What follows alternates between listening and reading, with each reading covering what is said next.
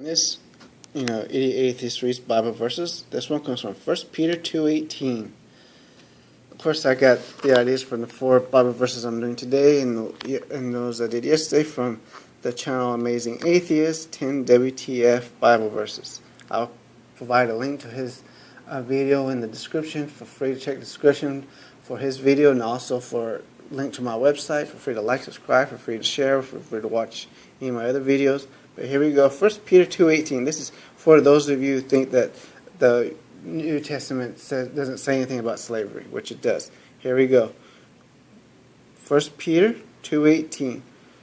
Servants, be subject to your masters with all fear, not only to the good and gentle, but also to the froward. Sorry, I couldn't see the R. But think about it. No matter how bad the slave master is, these slaves are supposed to be good to them. And see, when you read this, it gives you the hint of the purpose of religion is to keep people down, slaves, fear. Because after all, this is what kings, old-timey kings back in the Middle Ages and everything used to use. Well, no matter how bad the king is, he's appointed by the Lord, so you got to follow him. Do what he says, no matter what you think. That's why it allowed these knights and all these nasty people in the past to treat the poor like crap.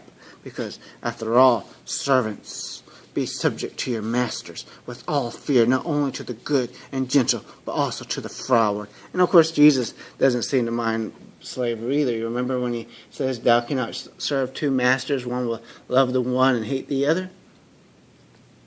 Of course, when he says hate, whenever hate is mentioned in the Bible in that context, like when he says that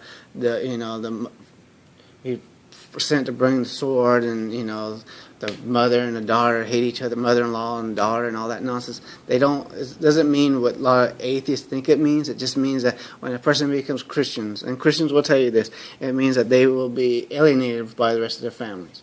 And a lot of you atheists shouldn't realize that, simply because when you tell your families you're atheists, and especially if they're like extremely Christianized, they're going to turn on you. Luckily, I didn't have that problem, but there are Christians in my family, and they love to talk about hell. A little too much. But, you can't convince someone of hell if you can't prove that it exists, right? But this is the wonderful thing.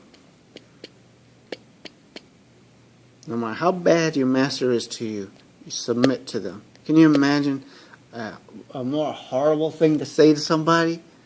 Can you imagine those African slaves being beaten and tortured by their masters? And you tell them, well, servants, be subject to your masters with all fear, not only to the good and gentle, but also to the froward.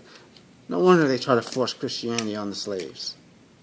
Disgusting, absolutely disgusting. And of course, you can go to gotquestions.org or biblequery.org and listen to these Christians try to use their apologetics to explain away this stuff. And of course, you can go to kingjamesbibleonline.org if you want to read any of these verses for yourself, because I just suggest you do that instead of just taking my word for it. Also, you want to read verse, you might want to read the whole thing just in case you think I'm taking it out of context. Thanks.